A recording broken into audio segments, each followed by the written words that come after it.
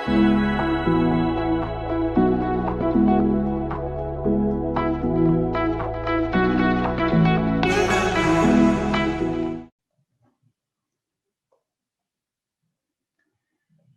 semuanya, balik lagi kita di sesi kedua dari kegiatan kita, kelas dukungan virtual, yaitu kegiatan yang diinisiasi oleh Help Nona bekerja sama dengan PF Muda Pertamina Foundation yang juga didukung oleh beberapa community partner seperti Indonesia Volunteering Hub, Jadi PNS, Perempuan Berkisah, Holabek Jakarta, Tis the Life, SafeNet, Cinta Setara, Act Mental, Cerdashukum.id, Kolektif Advokat Keadilan Gender, Universitas Pejuang Republik Indonesia, dan Tenggara Youth Community NTT.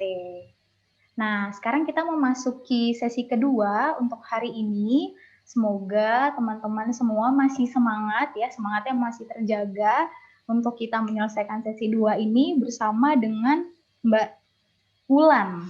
Jadi hari ini kita akan dibantu oleh Mbak Wulan nih. Mbak Wulan akan memaparkan presentasinya. Halo Mbak Wulan. Halo Mbak Fei, apa kabar? Ya, kabar baik Mbak, puji Tuhan. Semoga Mbak Wulan juga dalam keadaan yang baik. Iya, thank you. Juga untuk teman-teman yang mungkin menyaksikan dari YouTube, halo semuanya. Terima kasih karena sudah bergabung dengan kita saat ini. Sebelum memasukkan ngomongin tentang self-care untuk pendamping ya, self-care for caregivers, dengan narasumber kita ada Mbak Sri Wulandari. Benar ya, aku panggilnya Mbak Wulan. Jadi teman-teman, Mbak Wulan ini adalah co-founder dari Act Mental. Benar ya Mbak? Benar banget Mbak. Alhamdulillah ngomongnya bener ek gitu Mbak. Biasanya suka bingung apa nih ACT apa. Ya, jadi Mbak Wulan ini adalah co-founder dari Act Mental. Nanti mungkin sebelum Mbak Wulan sampaikan presentasinya, Mbak Wulan bisa ceritain dulu nih Act Mental itu apa sih gitu, berkegiatan dari tahun berapa gitu, dan kegiatan-kegiatan yang dilakukan apa aja.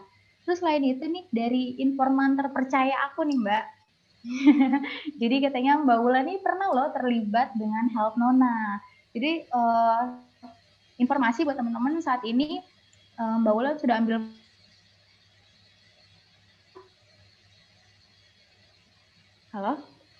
Halo.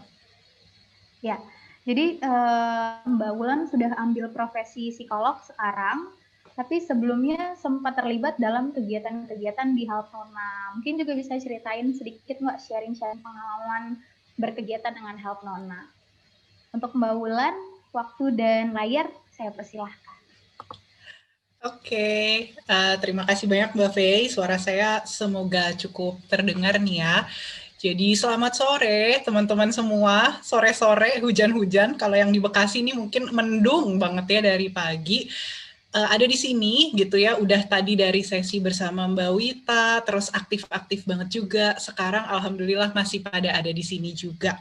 Jadi kita sore ini mau ngapain? Sore ini kita akan sesi sharing gitu ya. Jadi kalau tadi mungkin lebih banyak mendengarkan satu arah. Nah kalau ini justru sekarang saya maunya supaya sore-sore nggak ngantuk, kita lebih aktif gitu ya, kita sharing. Nah, tadi sudah sedikit diperkenalkan sama Mbak Fei, jadi salam kenal semuanya, teman-teman semua. Nama saya Wulan. Saya seorang psikolog klinis, kemudian tadi juga disebutkan saya co-founder dari suatu komunitas juga, jadi komunitasnya namanya Act Mental. Act Mental ini adalah suatu komunitas yang kita tuh bergeraknya di bidang kesehatan mental dan kita semangatnya itu adalah kolaboratif. Jadi mungkin kalau selama ini kesehatan mental tuh kayaknya yang keluar psikolog lagi, psikiater lagi gitu ya. Nah kita pengen di sini tuh juga ada sosok-sosok lain yang mungkin selama ini orang nggak tahu, seperti misalnya ada nurse jiwa, kemudian ada programmer kesehatan jiwa di puskesmas, ada peksos, pekerja sosial, dan tentunya ada juga para caregiver, penyintas, dan juga penderita yang mungkin saat ini belum terberdayakan gitu. Jadi fokus kita seperti itu, kegiatan kita ada webinar, kemudian kita juga ada layanan counseling ya, lay counseling atau peer counselor gitu ya, untuk kebetulan saat ini masih untuk mahasiswa. Nah, Terus tadi Mbak Fei juga sempat sebut dari sumber yang terpercaya gitu ya, katanya pernah ikut Help Nona juga. Iya, jadi saya itu join Help Nona di 2016 kalau nggak salah. Waktu itu lagi ada oprek volunteer, terus waktu itu programnya adalah Asnona. Jadi itu adalah membalas email yang masuk dari korban atau penyintas atau caregiver ya. Nah, terus itu saya ikut sampai dengan tahun berapa ya? Pokoknya sampai saya profesi pun itu masih ikut. Terus setelah itu di tahun 2020, akhir 2020 kemarin kembali terkoneksi nih dengan Mbak Nike gitu ya. Saya diajak untuk ikut program pilot gitu, program pilotnya dari Help Nona untuk menyelenggarakan online counseling untuk penyintas gitu. Jadi on and off keikutsertaannya, tetapi selalu menginspirasi kalau boleh saya bilang Help Nona ini. Gitu sih kira-kira perkenalan dari saya. Kita mau langsung masuk aja ke presentasinya mungkin. Iya Mbak, silakan. Oke, mungkin boleh di full screen. Ya, siap. Terima kasih. Jadi kalau tadi kita judulnya adalah PFA gitu ya, Taking Care of Penyintas Korban. Sekarang yang perlu kita juga pentingkan adalah taking care diri kita gitu ya. Tadi juga banyak banget nih pertanyaan yang masuk dari teman-teman dan topiknya agak-agak related juga dengan hal ini. Jadi semoga nanti diskusinya lebih lebih hidup gitu. Oke, boleh lanjut. Nah, jadi nih teman-teman, mungkin sebelum kita sharing, sebelum kita bahas berpanjang lebar dulu, mungkin di sini saya mau sedikit menjelaskan tentang caregiver itu apa gitu ya. Jadi mungkin istilahnya adalah caregiver, tapi di dalamnya itu ada banyak sekali peran-peran yang terkait dengan caregiving dengan tingkat caregiving yang berbeda-beda. Jadi intinya caregiver adalah seseorang yang menyediakan bantuan, perawatan, atau pendampingan kepada orang lain yang saat ini sedang atau mungkin sudah tidak dapat lagi merawat dirinya sendiri. Penyebabnya macam-macam gitu ya. Ada yang karena saat ini sedang mengalami masalah, sedang menghadapi gangguan, penyakit, atau mungkin karena kondisi fisik yang sudah menurun karena usia yang sudah tua. Jadi di sini yang mau digarisbawahi adalah caregiver itu mungkin tidak hanya seperti yang kita tahu caregiver orang yang sakit gitu ya, stroke atau lansia gitu, tetapi di sini orang-orang yang juga memberikan pendampingan pun bisa disebut sebagai caregiver meskipun dengan derajat caregiving yang berbeda. Nah, kemudian untuk caregiver sendiri di sini tuh ada yang formal sifatnya, ada juga yang sifatnya informal. Kalau yang formal itu ini adalah profesi dia, jadi dia dibayar untuk itu. Sementara kalau yang informal itu biasanya karena aspek kedekatan. Misalnya nih, kakak kita atau orang tua kita adalah korban kekerasan. Kemudian kita mendampingi atau merawat dia, nah itu adalah informal. Tetapi kemudian kalau di sini teman-teman adalah pendamping di Komnas mungkin ya, atau misalnya di komunitas. Kalau di komunitas mungkin bisa formal, bisa juga informal. Tetapi kalau teman-teman kemudian dibayar dan itu adalah profesi teman-teman, maka artinya itu adalah caregiver formal. Oke, boleh lanjut dulu ke slide berikutnya. Nah, sebelum kita sharing yang menyalakan kamera ataupun menyalakan audio gitu ya, kita coba sharing dulu untuk pemanasan dengan si menti.com ini. Jadi teman-teman bisa join via menti.com, ini ada passcode-nya, atau bisa juga udah saya taruh linknya di chat gitu ya. Nah, nanti pertanyaannya akan masuk. Saya izin gantian share screen. Oke, teman-teman yang udah join di situ mungkin bisa sambil diklik gitu ya dan dijawab pertanyaannya. Jadi pertanyaannya itu ada dua. Yang pertama itu adalah peran apa sih yang lagi dijalankan sebagai pendamping? Nih ya, jadi peran pendampingan apa yang lagi dilakukan? Ada yang pekerjaannya sebagai pekerjaan formal gitu ya, terus kemudian ada juga mungkin yang relawan di komunitas, ada juga yang mungkin belum menjadi pendamping tapi tertarik dengan isu-isu ini sehingga lagi mempersiapkan diri gitu ya jadi pendamping. Ada juga yang mungkin penyintas selalu menjadi pendamping. Oke, di sini ada sudah mulai masuk jawabannya dari teman-teman. Oke, cukup banyak nih ya yang kayaknya adalah relawan atau belum menjadi pendamping tapi punya ketertarikan di isu-isu kekerasan. Kebetulan juga nih tadi pas lihat daftar nama peserta kayaknya ada beberapa yang saya kenal, ada senior saya, selamat sore Kak Ayu, terus ada teman saya juga di sini Raras gitu ya, yang memang sudah banyak bergerak di isu ini dan isu kesehatan mental. Thank you sudah join. Oke, kita ke slide yang pertanyaan berikutnya gitu ya. Jadi kalau di sini kita lihat kebanyakan memang belum jadi pendamping tapi punya ketertarikan di isu kekerasan, kemudian adalah penyintas atau adalah relawan.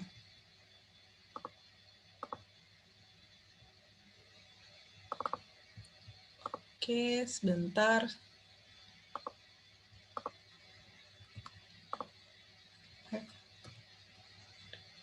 Nah, pertanyaan yang berikutnya ya, kata yang menggambarkan suka duka dalam menjalankan peran sebagai caregiver.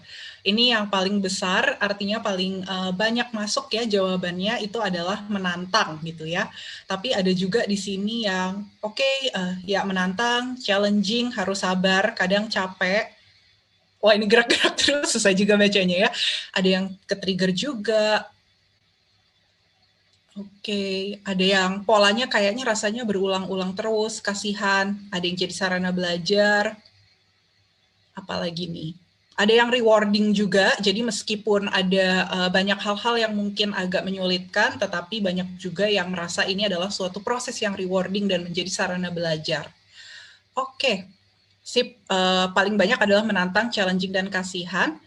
Saya stop share dulu. Thank you teman-teman yang sudah join di Mentinya. Boleh lanjut ke slide kita yang berikutnya.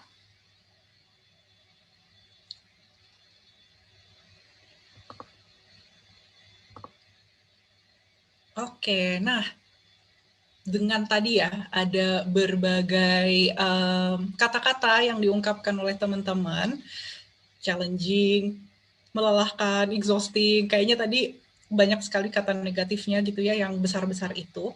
Pertanyaannya nih, apakah teman-teman ketika menjalankan perannya sebagai pendamping saat ini jangan-jangan sedang menuju burnout gitu ya?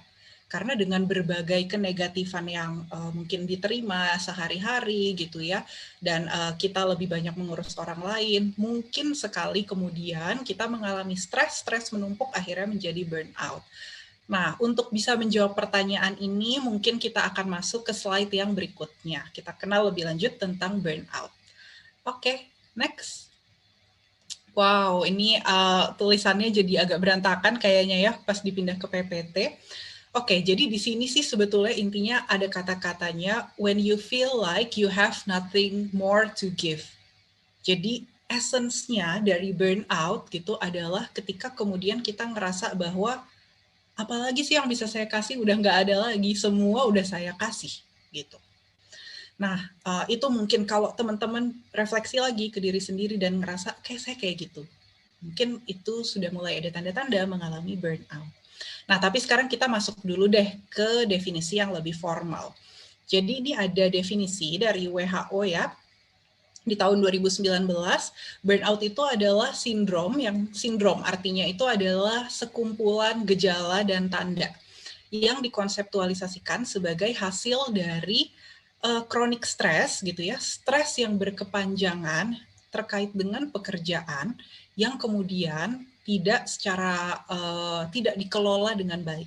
Jadi di sini ada beberapa kata kunci, yaitu sindrom, artinya bukan cuma satu tanda atau satu gejala, tapi sekumpulan. Kemudian chronic stress, stresnya berkepanjangan, dan tidak tertangani dengan baik. Gitu.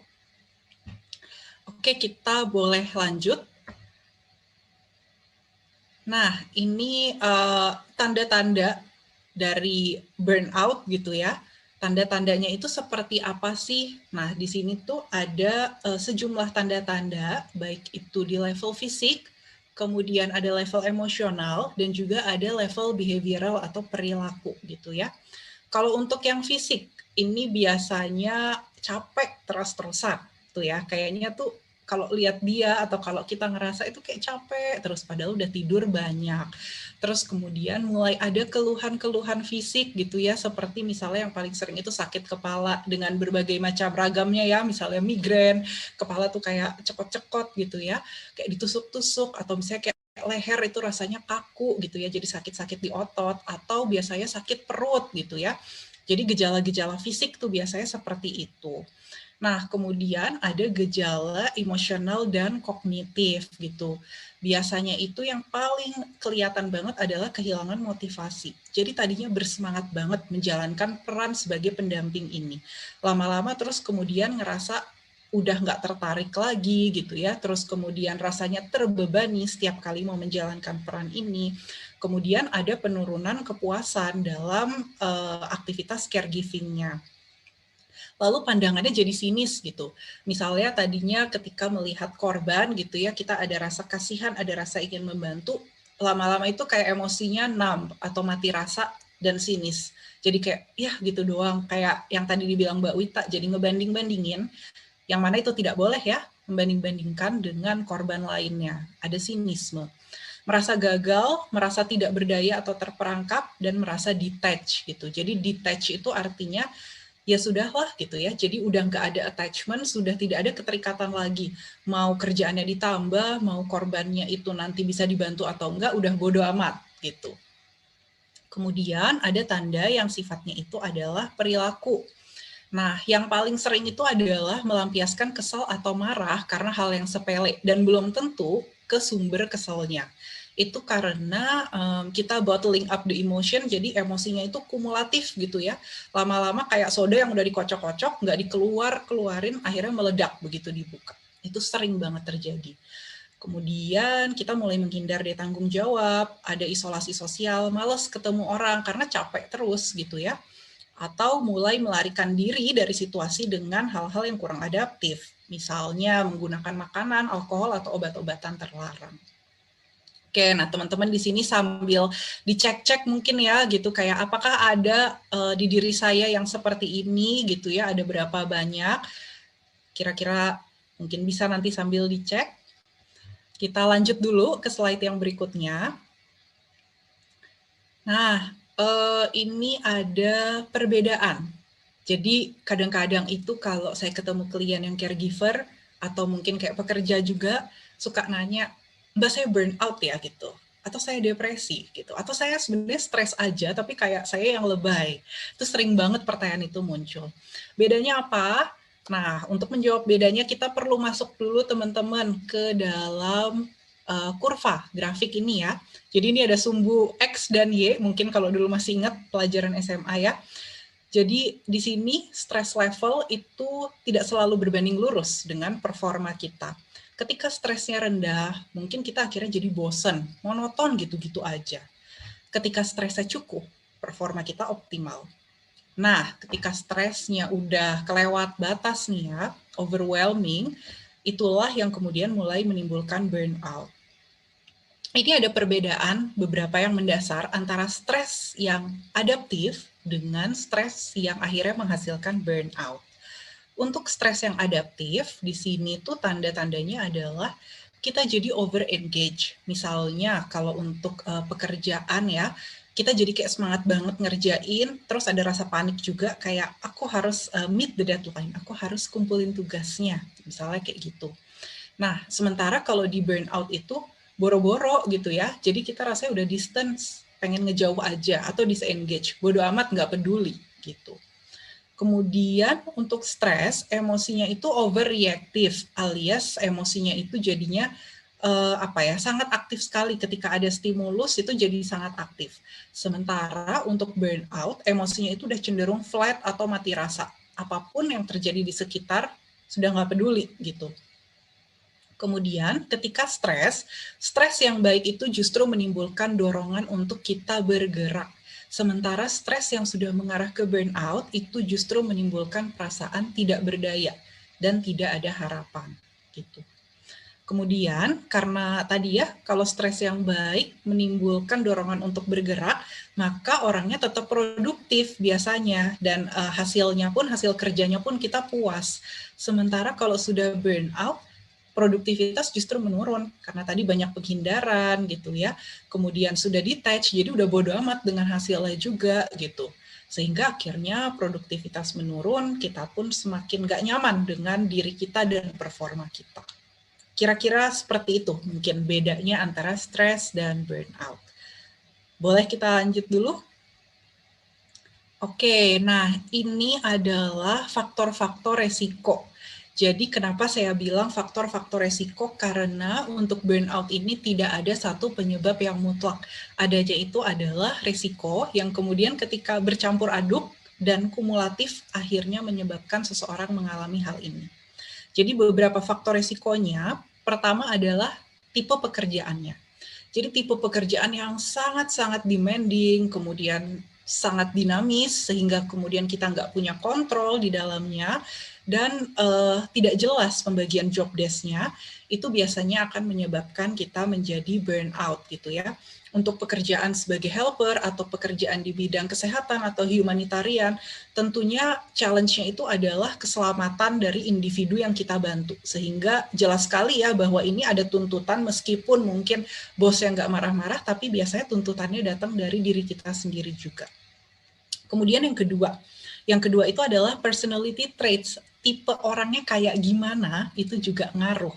Jadi tipe-tipe yang perfeksionis gitu ya, terus udah gitu sulit untuk percaya ke orang lain, dan punya kebutuhan yang tinggi untuk memperoleh pengakuan atau merasa berharga, itu biasanya cenderung bisa mengalami burnout ketika kemudian di kerjaannya itu tidak pernah dapat rekognisi. Nah, yang terakhir itu adalah lifestyle atau gaya hidup. Yang paling utama itu adalah ketika kemudian batas antara pekerjaan dan kehidupan sehari-hari itu sudah kabur. Jadi hidupnya adalah pekerjaannya. Bagian lain dari hidup itu sudah tidak ada. Itu sangat rentan terhadap burnout. Oke,